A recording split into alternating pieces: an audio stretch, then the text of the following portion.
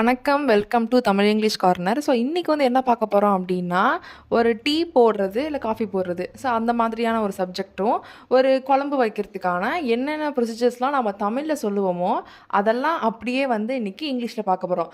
By end of the video நீங்கள் வந்து ஒரு ரெசிபி வந்து சமைக்க போகிறீங்க. அது என்ன அப்படிங்கிறத எண்ட் ஆஃப் த வீடியோ பார்க்கலாம். வீடியோக்குள்ளே போகலாமா? ஃபஸ்ட்டு ப்ரொசீஜரே கேஸை ஆன் பண்ணு. அதுதான் கேஸை ஆன் பண்ணு அப்படிங்கிறத இங்கிலீஷில் turn on the stove, turn on the stove அப்படின்னு சொல்லலாம். இப்போ பால் ஊற்ற போகிறோம். இப்போ டீ போடுறதுனால ஃபஸ்ட்டு பால் தானே நமக்கு தேவை. பாலை ஊற்று அப்படின்னு இங்கிலீஷில் எப்படி சொல்லணும்னா போர் மில்க், போர் மில்க். இப்போது பாலை கொதிக்க வைங்க அப்படின்னு எப்படி சொல்லலாம்? Boil the milk, boil the milk. இப்போ பாலை கொதிக்க வைங்கன்னு சொல்லியாச்சு. நெக்ஸ்ட் என்ன பண்ண போகிறோம்? சர்க்கரை போட போகிறோம். 2 ஸ்பூன் சர்க்கரை போடு, 2 ஸ்பூன் சர்க்கரை போடு அப்படிங்கிறத add 2 tablespoons of sugar, add 2 tablespoons of sugar. Tablespoon கணக்கெலாம் இல்லை, சும்மா சர்க்கரை போடு அப்படின்னா ஆட் யூஸ் பண்ணிக்கலாம். Add sugar. உங்களுக்கு எதெல்லாம் நீங்கள் சேர்க்க போகிறீங்களோ அது எல்லாத்தையுமே ஆட் அப்படின்ற வார்த்தையில் யூஸ் பண்ணிக்கலாம். Add sugar, add salt, add vegetables, இது மாதிரி சேர்த்துக்கலாம். சிம்ல வை அப்படின்னு சொல்லுவாங்க இல்லையா? சிம்ல வை அப்படிங்கிறத let it be simmer, let it be simmer, இல்லைனா மீடியம் ஃப்ளேம் அப்படின்னு கூட சொல்லலாம். Let it be simmer or let it be medium flame, இப்படி கூட நம்ம வச்சுக்கலாம். சிம்மர்னா என்ன அப்படின்னா மெதுப்பாக, ஓகேங்களா? ரொம்பவும் சூடாக இல்லாமல் ரொம்பவும் கொதிக்க விடாமல், கொஞ்சம் ரொம்பவும் ஆஃப் பண்ணாமல் நடுவில் மீடியமாக இருக்கிறது தான் சிம்மர் அப்படின்னு சொல்லுவோம். 2 நிமிஷம் சிம்மில் வை, சிம்மில் வை ஓகே. 2 நிமிஷம் சிம்மில் வச்சு கொதிக்க வச்சுட்டு அப்புறம் இறக்கிடுங்க அப்படின்னு சொல்லுவாங்க இல்லையா? ஸோ அந்த 2 நிமிஷத்துக்கு வேக வை, சிம்மில் வச்சே வேக வையே அப்படின்லாம் சொல்லுவாங்கல்ல. அது எப்படி சொல்லலாம்? Let it be simmer for 2 minutes, let it be simmer for 2 minutes. இந்த 2 minutes அப்படிங்கிறதுல நீங்கள் எத்தனை நிமிஷம் சிம்மில் வச்சு வேக வைக்கணும் அப்படின்னு நினைக்கிறீங்களோ அந்த 2க்கு பதிலாக 10 minutes 15 minutes என்ன வேணாலும் நம்ம சேர்த்துக்கலாம். இப்போ பாலை ஊற்றி நம்ம சர்க்கரை போட்டோம். நெக்ஸ்ட்டு டீ தூள் ஆட் பண்ணுறதுக்கும் சேம் ப்ரொசீஜர் தான், அதே வேர்டு தான். ஸோ ரிப்பீட்டேஷன் வேண்டாம் அப்படிங்கிறதுனால அதை ஸ்கிப் பண்ணிட்டேன். உங்களுக்கு என்ன வருது ஆட்டோமேட்டிக்காக தெரியும் இல்லையா? Add 2 tablespoons of tea powder, இல்லைனா சிம்பிளாக சொல்லணும்னா ஆட் டீ பவுடர் அப்படி கூட சொல்லிக்கலாம். இப்போ நம்ம டீயை வந்து வடிகட்ட போகிறோம். வடிகட்டி அது வந்து இங்கிலீஷில் ஸ்ட்ரெயினர் அப்படின்னு சொல்லுவாங்க. டீயை வடிகட்டு அப்படின்னு சொல்கிறத ஸ்ட்ரெயின் த டீ அப்படின்னு சொல்லணும். இப்போ இங்கே பாருங்கள் சென்டென்ஸ், ஸ்ட்ரெயின் த டீ யூஸிங் ஸ்ட்ரெயினர் அப்படின்னா என்ன அர்த்தம்? வடிகட்டியை யூஸ் பண்ணி வடிகட்டு அப்படின்னு அர்த்தம். சூடாக பரிமாறு அப்படிங்கிறத சர்வ் ஹாட் அப்படின்னு சொல்லணும். சர்வ் ஹாட் அப்படின்னா சூடாக பரிமாறு அப்படின்னு அர்த்தம்.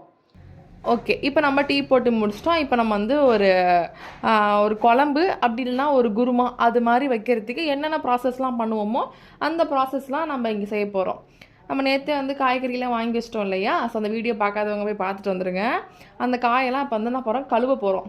ஓகே, காய்கறிகள்லாம் கழுவு அப்படிங்கிறத வாஷ் தி வெஜிடபிள்ஸ், வாஷ் தி வெஜிடபிள்ஸ். காய்கறிகளை வெட்டு அப்படிங்கிறத கட் தி வெஜிடபிள்ஸ், கட் தி வெஜிடபிள்ஸ். பூண்டு தோல் உரி. நல்லா ஞாபகம் வச்சுக்கோங்க, நீங்கள் சமையலில் எப்பப்பெல்லாம் தோல் உரிக்கிற மாதிரி அந்த சென்டென்சஸ் உங்களுக்கு வருதோ, ஞாபகத்துக்கு வருதோ, பூண்டு தோல் உரி, வெங்காயத்தோல் உரி, இந்த மாதிரிலாம் எப்போ உங்களுக்கு ஞாபகம் வருதோ அப்போல்லாம் நீங்கள் ஒரே ஒரு வார்த்தை தான் ஞாபகம் வச்சுக்கணும். அது என்னென்னா பீல். பீல் அப்படின்னாலே தோல் உரிக்கிறதுன்னு அர்த்தம். பீல் த கார்லிக் அப்படின்னா பூண்டு தோலை உரின்னு அர்த்தம். இதே பீல் த ஆனியன்னா வெங்காயத்தோலை உரி அப்படின்னு அர்த்தம். பீல் த கார்லிக்னா பூண்டு தோல் உரி. அதென்ன பொடியாக வெட்டு, நம்ம நார்மலாக நம்ம சொல்லுவோம் இல்லையா? இப்போ வந்து சாம்பாருக்கெலாம் காய் வந்து ஓரளவுக்கு மீடியம் சைஸாக இருக்கும். எதெல்லாம் நீங்கள் மீடியம் சைஸ் உங்களுக்கே தெரியல சாம்பாருக்கு இவ்வளோ பெருசு தான் போடுவாங்க அப்படின்ட்டு. ஸோ அதெல்லாம் வந்து வெட்டு அப்படின்ற வார்த்தை யூஸ் பண்ணலாம். அப்போ கட் தி வெஜிடபிள்ஸ், கட் தி ஆனியன் அப்படின்னு சொல்லலாம். இதே உங்களுக்கு வந்து ரொம்ப குட்டி குட்டி குட்டியாக வேணும், நறுக்கு அப்படின்னா ரொம்ப குட்டியாக இருக்குதுன்னு அர்த்தம். எப்போ உங்களுக்கு அது மாதிரி தேவைப்படுதோ அப்போ கட் அப்படிங்கிறது யூஸ் பண்ணாமல் சாப் அப்படின்னு யூஸ் பண்ணணும். சாப் வெல் அப்படின்னா பொடியாக வெட்டு அப்படின்னு அர்த்தம், பொடியாக நறுக்கு அப்படின்னு அர்த்தம். நம்ம பூண்டு தோல் உரிச்சிட்டோமா, இப்போ அந்த பூண்டு என்ன பண்ணியிருக்கோம், நம்ம பொடியாக வெட்டியிருக்கோம். நெக்ஸ்ட்டு வந்து இப்போ தாளிக்க போகிறோம். தாளிப்பு அப்படின்னா என்னது, ஒரு எண்ணெய் ஊற்றி ஒரு கடுகு, உளுத்தம்பருப்பு, கருவேப்பிலை அதெல்லாம் நம்ம போடுவோம் இல்லையா. ஸோ அந்த ப்ராசஸ் நடக்குதுல்ல, அந்த ப்ராசஸ் என்ன சொல்லுவாங்க அப்படின்னா டெம்பரிங் அப்படின்னு அர்த்தமா. டெம்பரிங்னா என்னது, தாளிப்பு. ஓகே, வானொலி சூடு பண்ணி எண்ணெய் ஊற்று. இப்போ என்ன பண்ண போகிறோம், கேஸை பற்ற வச்சுட்டோம், ஒரு வடசட்டியை ஒன்று எடுத்து வச்சு அதில் எண்ணெய் ஊற்றுறோம். அதை எப்படி இங்கிலீஷ் சொல்லணும்னா heat the pan and add oil. Heat the pan அப்படின்னா அதை சட்டியை சூடு பண்ணு அப்படின்னு அர்த்தம். அண்ட் ஆட் ஆயில், நான் தான் சொன்னேன்ல, என்ன சேர்க்குற மாதிரி இருந்தாலும் ஆட் அப்படின்ற வார்த்தையே போதும். அதனால் ஆட் ஆயில் அப்படின்னு சொல்லி போட்டுட்டோம். ஓகே, இப்போது சூடான உடனே என்ன போடுவோம், கடுகு கருவேப்பிலையும் போடுறோன்னு வச்சுக்கோங்களேன். எப்படி சொல்லலாம் அதை, add mustard and curry leaves. Add mustard and curry leaves.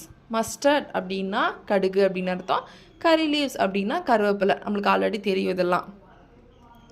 Okay, இப்போ நம்ம என்ன பண்ண போகிறோம், அந்த தாளித்த உடனே அதில் வெங்காயமும் தக்காளியும் போட்டு வதக்க போகிறோம். இந்த வதக்கு அப்படின்னா என்னது, ஒரு வெஜிடபிள்ஸை வந்து நம்ம போட்டு அதை கொஞ்சம் சிம்லேயே அந்த இல்லை ஆன்லேயோ எதுலேயோ வச்சு என்ன பண்ண போகிறோம், அந்த எண்ணெயிலே வதங்க விடுவோம், லைட்டாக அப்படியே வேக விடுவோம் இல்லையா. ஸோ அந்த வதங்கிறது அப்படின்ற வேர்டுக்கு இங்கிலீஷில் சாட் அப்படின்னு சொல்லுவாங்க. Sauté the tomato and onion. Sauté the tomato and ஆனியன்னா தக்காளி வெங்காயத்தை வதக்கு அப்படின்னு அர்த்தம். ஸோ இதில் வந்து நிறைய வேர்ப்ஸ் வந்து புதுசாக இருக்கும். ஸோ இந்த வேர்ப்ஸ் எல்லாம் வந்து நெக்ஸ்ட் வீடியோவில் வந்து நான் உங்களுக்கு தனியாகவே குக்கிங் வேர்ப்ஸ் போடுறேன். அதை வந்து நான் ஒரு பிடிஎஃபாக நான் கொடுக்குறேன். அதை நீங்கள் வந்து வீட்டில் இருக்கிறப்ப ப்ராக்டிஸ் பண்ணுங்கள். ஸோ இந்த வார்த்தைக்கு என்ன வரணும், வதக்கிறதுனா என்ன, தாளிக்கிறதுனா என்ன அப்படின்னு நீங்கள் ப்ராக்டிஸ் பண்ணுங்கள். இப்போ வந்து கிழங்க வந்து நம்ம மசிக்க போகிறோம். உருளைக்கிழங்க வேக வச்சு மசிச்சு நம்ம போடுவோம் இல்லையா. ஸோ அது மாதிரி அந்த மசி அப்படின்ற வார்த்தையை இங்கிலீஷில் மேஷ் அப்படின்னு சொல்லுவாங்க. மேஷ் தி பொட்டேட்டோஸ் அப்படின்னா கிழங்க மசி அப்படின்னு சொல்லி அர்த்தம். ஓகே, இப்போ வந்து உங்களுக்கு தேங்காய் துருவணும் அப்படின்னா தேங்காய் துருவுறது, அந்த துருவுறது அப்படின்ற ப்ராசஸை கிரேட் அப்படின்னு சொல்லுவாங்க. கிரேட் தி கோகனட் அப்படின்னா தேங்காவை துருவு அப்படின்னு சொல்லி அர்த்தம். கிரேட்னு சொல்லுவாங்க. ஓகே, இப்போ நம்ம வந்து அரைக்க போகிறோம்னு வச்சுக்கோங்களேன். இப்போ தேங்காய் துருவிட்டோம், அந்த தேங்காவோட ஸ்பைசஸ்லாம் போட்டு இப்போ நம்ம அரைக்க போகிறோம் அப்படின்னா அந்த அரைக்கிறத என்ன சொல்லுவாங்கன்னா கிரின் தி ஸ்பைசஸ் அப்படின்னா மசாலாவை அரை. கிரின் தி ஸ்பைசஸ். ஓகே, இப்போ நம்ம வந்து கடலை மாவு வந்து கரைச்சிக்கிட்டு இருக்கோம்னு வச்சுக்கோங்களேன். அந்த கலக்கிறது இருக்கு இல்லையா, அதை எப்படி இங்கிலீஷில் சொல்லணுன்னா ஸ்டிர் தி கிராம் ஃப்ளோர். ஸ்டிர் தி கிராம் ஃப்ளோர்னால் கடலை மாவை கலக்கு அப்படின்னு அர்த்தம். வதக்கிறதுக்கு என்ன பார்த்தோம், நம்ம சாட் அப்படின்னு பார்த்தோம். அப்போ கலக்கிறதுக்கு என்ன, ஸ்டிர். ஓகேங்களா.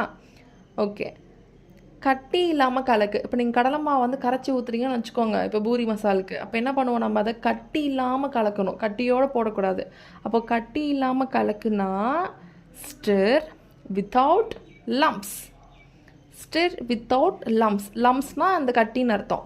ஸ்டிர் வித்தவுட் லம்ப்ஸ்னால் கட்டி இல்லாமல் கலக்கு அப்படின்னு அர்த்தம். நம்ம கேசரி செய்கிறப்போ இனிமேல் வந்து நீங்கள் செஞ்சீங்கன்னா சமைக்கிறப்போ கட்டி இல்லாமல் இந்த கேசரி வரணும்னா நீங்கள் என்ன சொல்லணும், இந்த வார்த்தையை ஸ்டிர் வித்தவுட் லம்ப்ஸ், கட்டி இல்லாமல் கலக்கு அப்படின்னு நீங்கள் சொல்லணும்.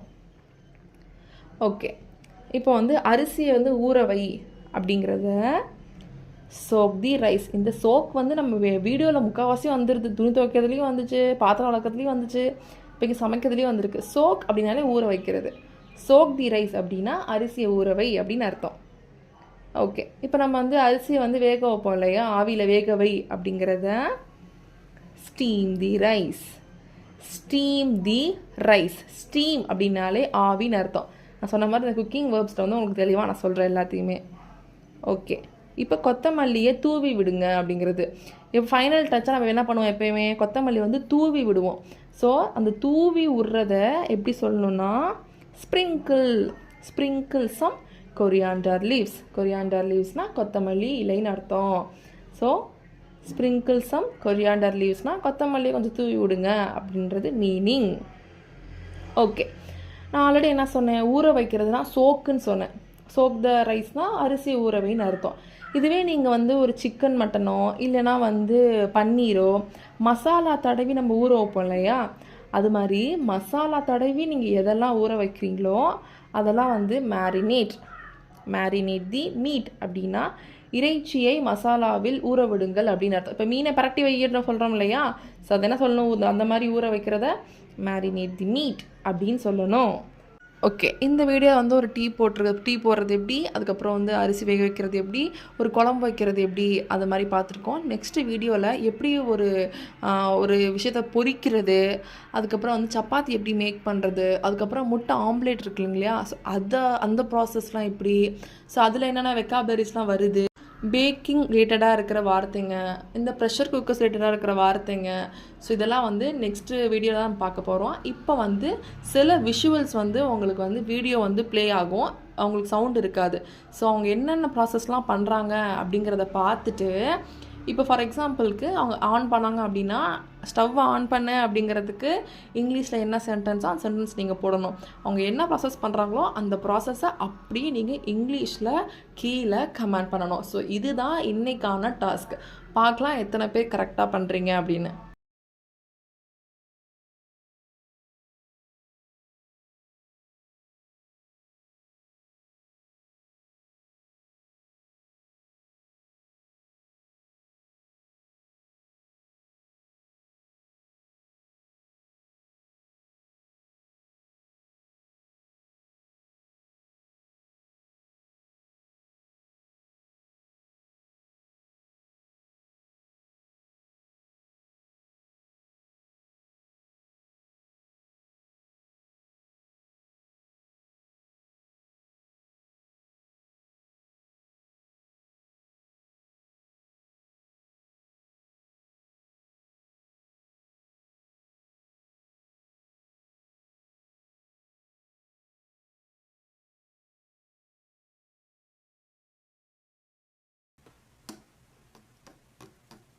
இந்த வீடியோ உங்களுக்கு பிடிச்சிருக்குன்னு நான் நம்புகிறேன். ஸோ மறக்காமல் சப்ஸ்கிரைப் பண்ணிக்கோங்க, லைக் போட்டுக்கோங்க, உங்கள் ஃப்ரெண்ட்ஸுக்கெலாம் வந்து ஷேர் பண்ணுங்கள். நெக்ஸ்ட் என்ன மாதிரியான கண்டென்ட் வேணும் அப்படிங்கிறத நீங்கள் கமெண்ட் பண்ணுங்கள். தேங்க்யூ.